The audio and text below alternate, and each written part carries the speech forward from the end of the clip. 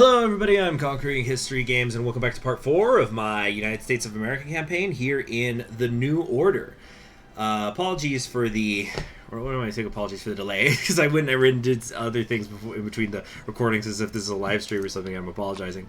But the OBS now is pausable again in the middle of recording, so if I start to have like a cough or whatever, we'll be fine. I could just pause it and go get something to drink or whatever and then come back, and it'll be fine for you guys. Also, I shaved, which you guys will not have noticed, but like I hadn't shaved all December pretty much, so like yeah, I was just shaved. I was like, oh, I have a face under there. Anyway, so I'm feeling much better, smoother. Let's get going. A family dinner. The Dirksen Building's cafeteria was a common haunt for senators on a lunch break. Today they would play host to a most prestigious pair. Vice President John Fitzgerald Kennedy sat thoughtfully chewing on a turkey sandwich. Opposite him sat a smiling man who the party registry knew as his chief of staff, but who John had always known as his brother. "It's been too long since we've taken time to ourselves," said John with a smile. "How are you, Bobby? Ethel still taking good care of you, I hope?" Robert Francis Kennedy laughed at the playful wink his brother gave him.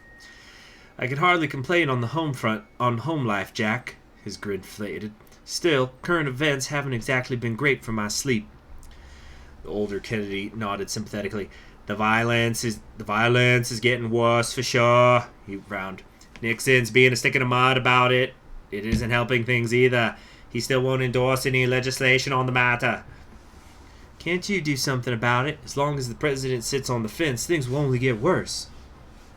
"I'd love to, but you know how Nixon is," muttered John. "Oh yeah, I'd love to, but you know how Nixon is," muttered John, idly stirring his coffee. "Knowing him, he'd probably just veto whatever we put in front of him and yell at us for fracturing party unity."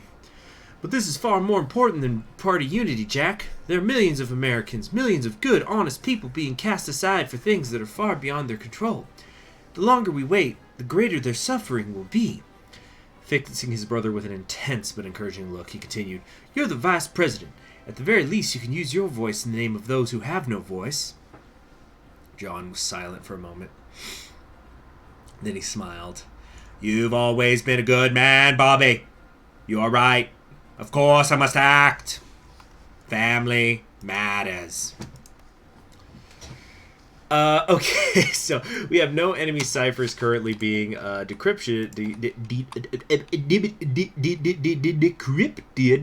Let's do it, I guess, over here. Is that was in Südwest Africa, and yeah, get the cartography, engineering. Yeah, we're just gonna be knocking out all of this stuff basically. Yeah, just going all the way along the thing. Return from a failed and we lost expertise this time. Okay, so there's consequences for our actions.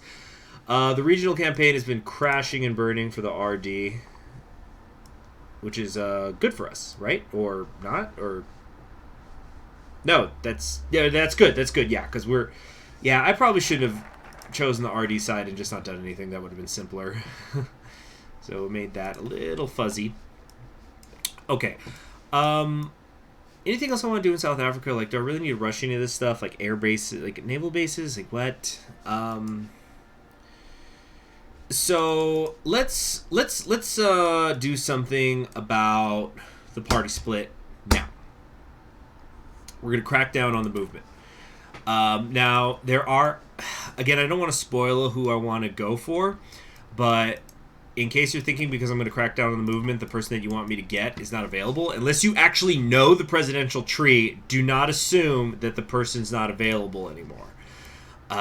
Because they're, at least from my studying of the tree, which was because, I don't know if I should say this. I'm going to say it.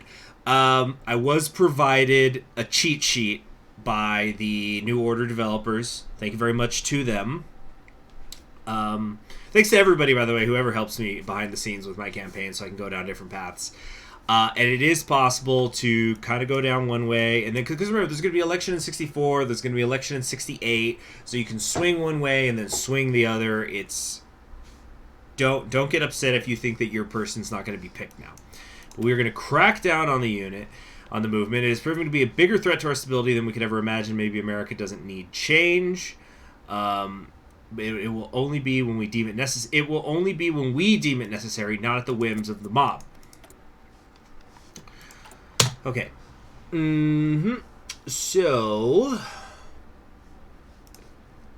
where was I?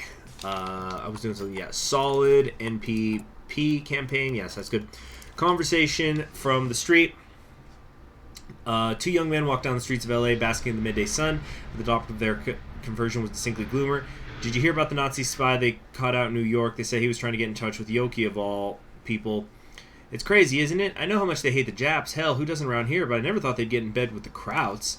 The spy was just reaching out to them, didn't say nothing about them agreeing to anything. The two men, like plenty of others in California, had their own sympathies towards the NPP. After all, everyone in LA or the Bay Area had to live only a few miles away from a humiliating reminder of 1945, and the NPP were the only ones who seemed to have any interest in getting the treaty ports back. He turned to his friend and asked, "So what? Do you think was Yoki in on it or not?" We're going to say it sounds like a load of commie bull, and the national mood will shift in favor of the National Progressive Party. Yeah, how could somebody say it's like this sounds like commie bull? Who's even like the notable commie powers in this world? What, fucking Irkutsk? You know, Irkutsk and Buryatia? It's like a defunct ideology, so that's kind of weird. It's, I don't know. Maybe I'm... Operational failure, once again, not good. Not good. Oh, we have to spend $15 million to even start it. I wasn't noticing that. Well, that's awkward. Increase the budget! Let's try this again. I'm still just going to keep flipping the coins. We have a net, as long as we're net winning. And if we get an 8, we'll still be net up right now.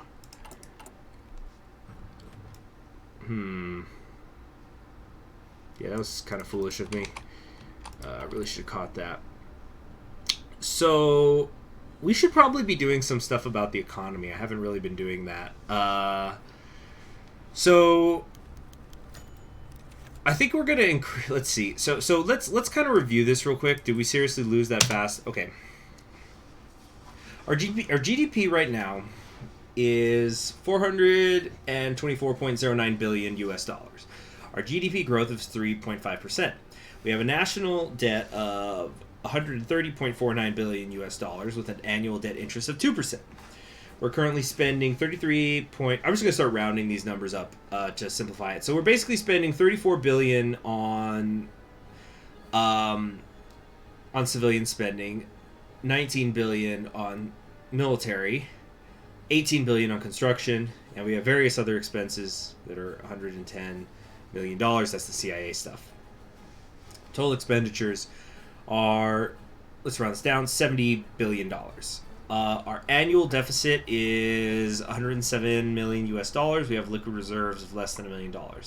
We have an annual income rate right now of 19.2%, no other income, for a total annual revenue of pretty much $70.5 billion. Okay. So if there's one thing that we learned in 2020 is like if you just run out of money, you literally just print more of it. I don't know if they have that mechanic in TNO, so we're gonna have to figure out how this works. So let's go over all 8 of these things. We can increase the military budget, which will increase our. So it looks like all of them basically. Okay, these two basically do the same thing. It's where we temporarily increase our budget by 15% for 120 days, and they have different effects. The military one will grant division training time, recruitable population bonuses, military factors, etc., etc. The civilian one, when we boost it, will help our daily political power gain, resource gain, efficiency, consumer good factors go down, stability goes up, war support goes up, construction speed goes up, civilian spending factor goes up as well. That sounds really cool. Let's get that. Anyway, we can also decrease that we have to wait for another modifier to happen first, so we can't be doing both of these things at the same time. We can also reduce the military budget, and then for 120 days we're going to have various negative effects to our attack, our defense, our factory output and stuff. Right now we're not at war, so I see absolutely no reason to not do this, so we're going to reduce the military spending. We'd increase our liquid reserves to increase GDP. Liquid reserves will be converted to GPA at a rate of 50%. So currently, in terms of liquid reserves, we have less than 1 million, so there's basically no point in doing that. Alternatively, we could use all of our liquid reserves to pay off national debt. What? Okay, I'm not sure I quite understand that. So it's like liquidate. So do both of these just get rid of it just gets rid of your debt, or it just gets rid of your reserves, both of them. So then how do you increase it? I guess that would be civilian spending and stuff. We can increase construction budget, which will cost us 25 political power whenever we want to do this. We'll use 10% more civilian factories and increase cost by 5%, but that's a net bonus. Utilization changes and things like that. I don't think we're going to do that. We're probably just going to mess with military and civilian spending, at least for now. Maybe later I'll get more into it. Okay, it looks like we can improve our scout heli. Right? Improve scout heli, that's what we have. I don't understand. Oh, we have no template for it. That's what that is. Well, it's only one factory. It's not really a thing we got to worry about now. Oh yeah, and we're doing the infrastructure from sea to shining sea, of course.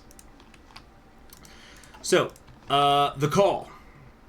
The Oval Office, in a rare moment of peace, lies silent. No, there's no cameras. Blah, blah, blah. Okay, basically, Guyana is voting. Down here, this is a client state of ours. They are voting on a National Security Act. Give it to me straight, Rogers. It was a landslide, Dick. Barely more than a quarter voted down.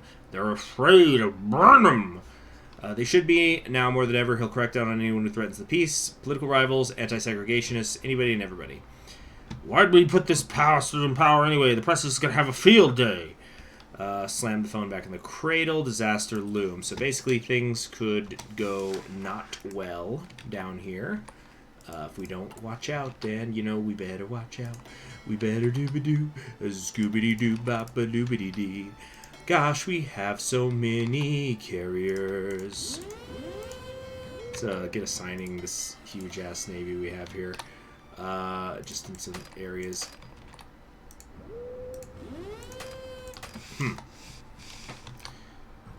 Yeah, we got a big, big, big navy. Wow, is that just not doing anything to our fuel? Yeah, wow, I guess we just have so much that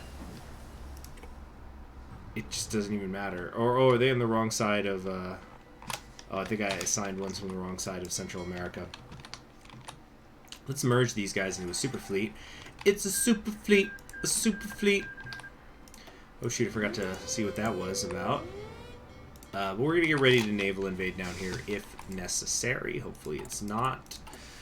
Let's actually take a look at our Marines here. Looks like we can't really build anymore at the moment. Okay. So we have line artillery, tanks here, suppressive barrage. I think the support company stuff is going to be better for us right now. Another operational failure. We'll get it next time.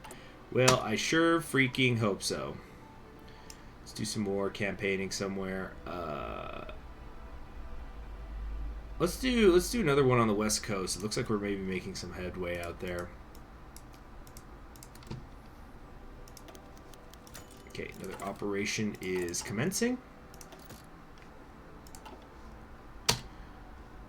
Okay, after this we need to work on something else. I don't know what. Maybe some kind of covert operations. Media slams Nixon. Slam of the week. I'm so sorry.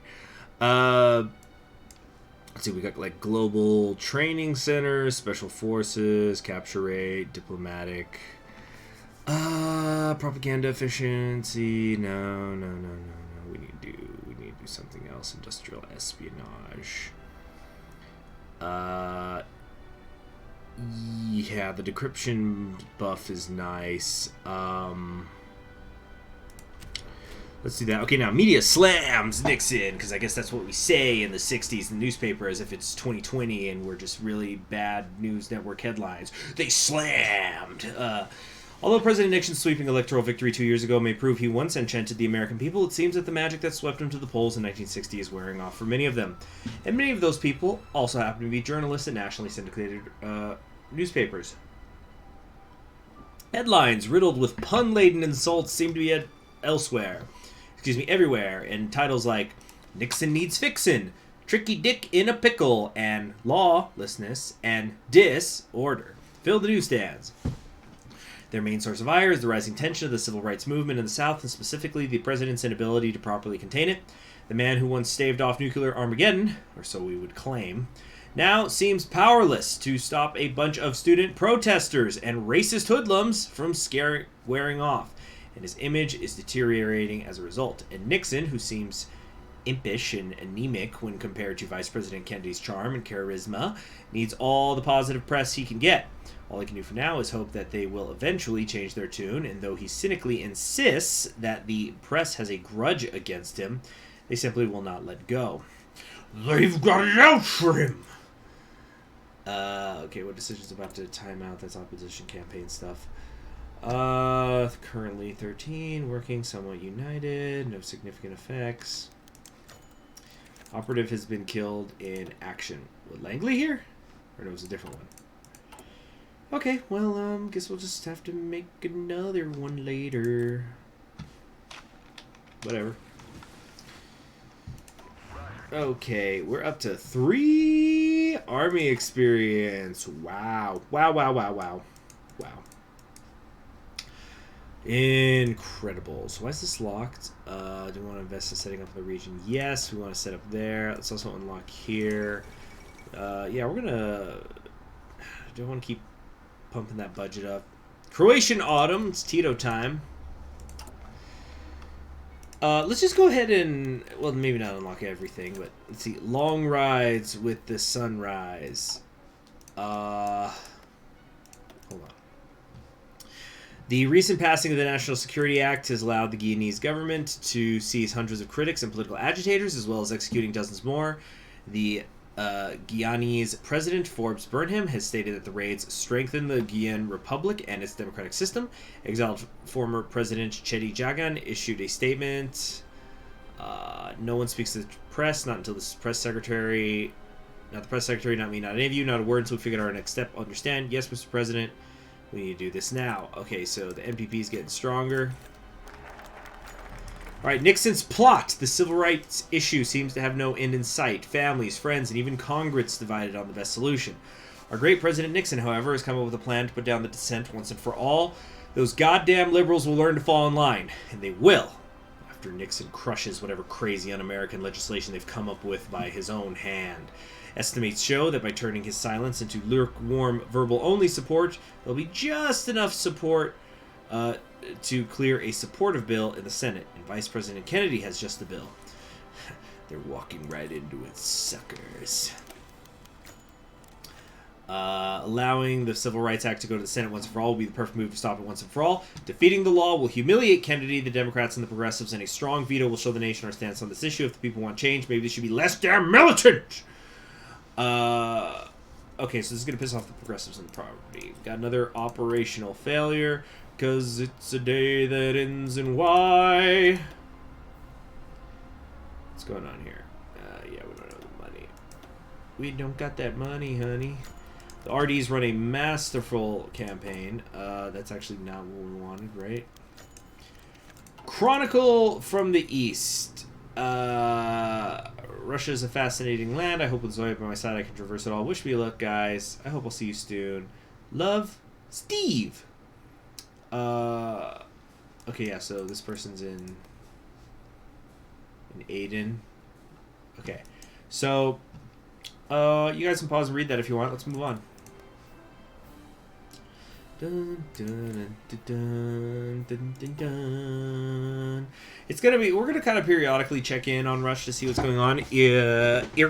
Irkutsk has defeated Mr. What do they call him? 100% wholesome, big chungus Reddit Sablin, good boy points chicken tendy thing. So he's dead. President Nixon sits at the head of the table, bolt upright, a contemplative look on his face. He's hanging out with the cabinet. Somebody's saying, okay, Burnham's gone too far. McNamara says he doesn't know, people don't know we were involved in the election. So basically, we're trying to figure out what to do in Guyana regarding repealing a National Security Act. We can tell them repeal or else. So I don't think the Guyana stuff matters too much, but I'm still going to pause and make a save file here in case this ends up being important for anything later. Be right back. Okay, and we're back. So no matter what I do, it's going to help one of the wings of the NPP. So we're going to just for now say repeal the act or else. Let's see if we end up getting in a war here. I wonder if I also should draw some invasion plans. We might very well need them.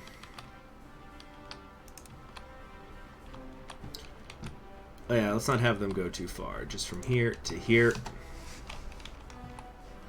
Under Dwight Beach. They're not moving.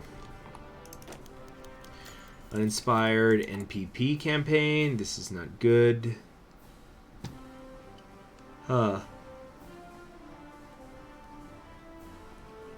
of a toss-up in a couple of areas. We have a report from South Africa.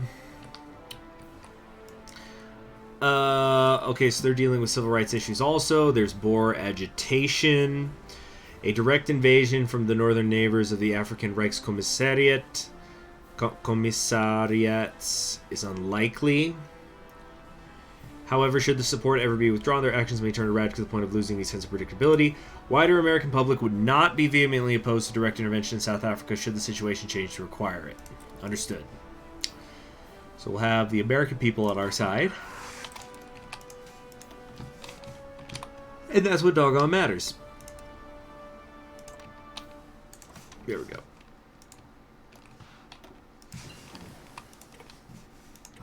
I'm going to put one of you. I like how these all have nicknames, pretty much. Let's put the 20th Armored, though, down here. Our improved attack heli is done. That's fun. Still ours. Act has been repealed. The president refused further comment. Has Burnham had a change of heart? Okay. We can improve our infantry weapons now. Don't see any reason to not do that. Let's get the support weapons up. And in terms of industry, I don't know. Synthetic refineries we can build. This stuff is way too ahead of time. Guess just keep working on some industry stuff a little bit. Okay, yeah, the two divisions are getting a position. Oh, it looks like one of them was... Wow, I didn't realize that. One of them was way over here in, like, Indonesia or Empire of Japan. What is... Okay, the Italian triumph is a... Triumvirate, excuse me, has collapsed. Was I in Africa? I'm not sure what I was doing out here. Huh. Well, it looks like we're not even going to need them. But still, it was good to have that. Good to have the option there. Alright, let's do some more campaigning. Let's try to win over, like, New England-ish, maybe. Or do Central East Coast, yeah. Nixon vetoes the Civil Rights Act. So this is an international story headline. Shock, horror, delight, and a myriad of other feelings bubbled the Senate today as news of the surprise veto of Kennedy's Civil Rights Act trickled in, with Majority Leader Lyndon Johnson garnering enough support to push the bill through the floor and onto Nixon's desk. Most assumed that its passing was a foregone conclusion, but that was not to be, with the big red veto stamped across the copy submitted to President Nixon. While conservatives and the Dixiecrats celebrate a defense of American ideals, many progressives, both Democrat and Republican, see this betrayal as the final straw in a long, long line of inaction and pig-headed appeasement. Senators murmur whispers of defection and revolt in back rooms while the party celebrates its unity. The back of the Republican Democrats has broken, and the wolves among the NPP circle draw ever closer. A new era for the RD Johns. So we're going to have northern riots. The NPP is shifting now to the left. We're going to lose stability. So just basically a bunch of areas are dealing with riots. And so the defections begin. And so we're up to 28% popularity for the Social Democracy wing, the NPPC.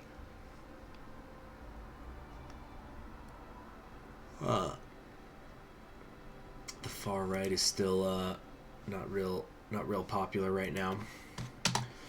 Okay, so we can do other things now. So perhaps we can continue to get ready for this war against, for the rest. It will be the beacon of democracy in this dark continent that is Africa. All right, what else is going on? Opposition campaign, yeah, whatever. We are low on manpower. Oh no, we only have like 117,000 in reserve and change. Like that change number, you know what I mean? Okay, moving on. Middling campaign, excellent, I guess. Alright. Are these guys vets yet? Wow, they're actually not. War in the desert. Middle Eastern stuff is starting to kick off.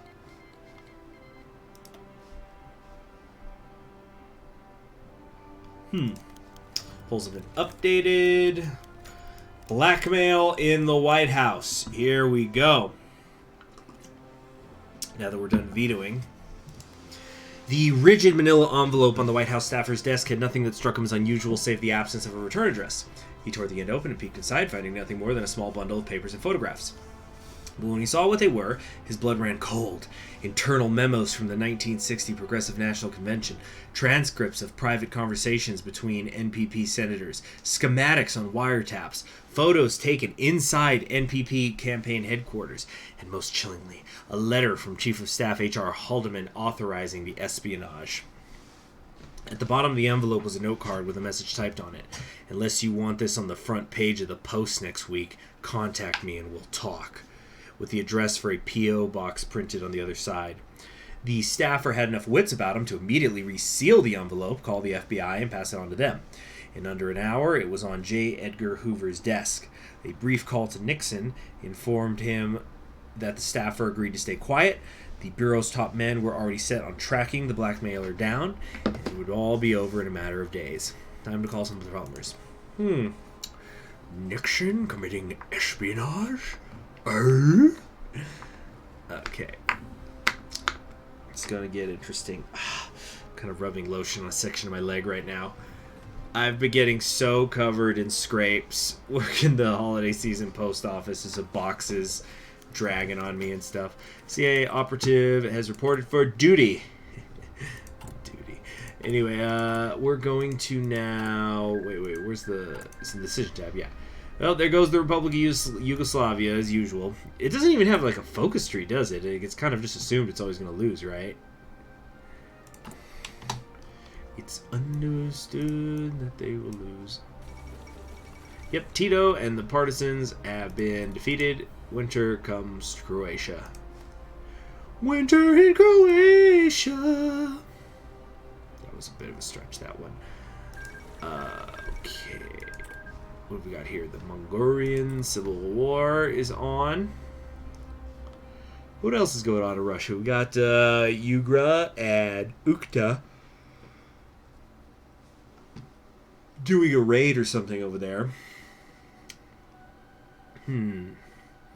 Yeah, I'll probably be another... Oops, I didn't realize we were still paused. It's probably going to be another couple years before we really start to see things happen in Russia and the unification start. Probably Central Siberia will unite first. Uninspired NPP campaign.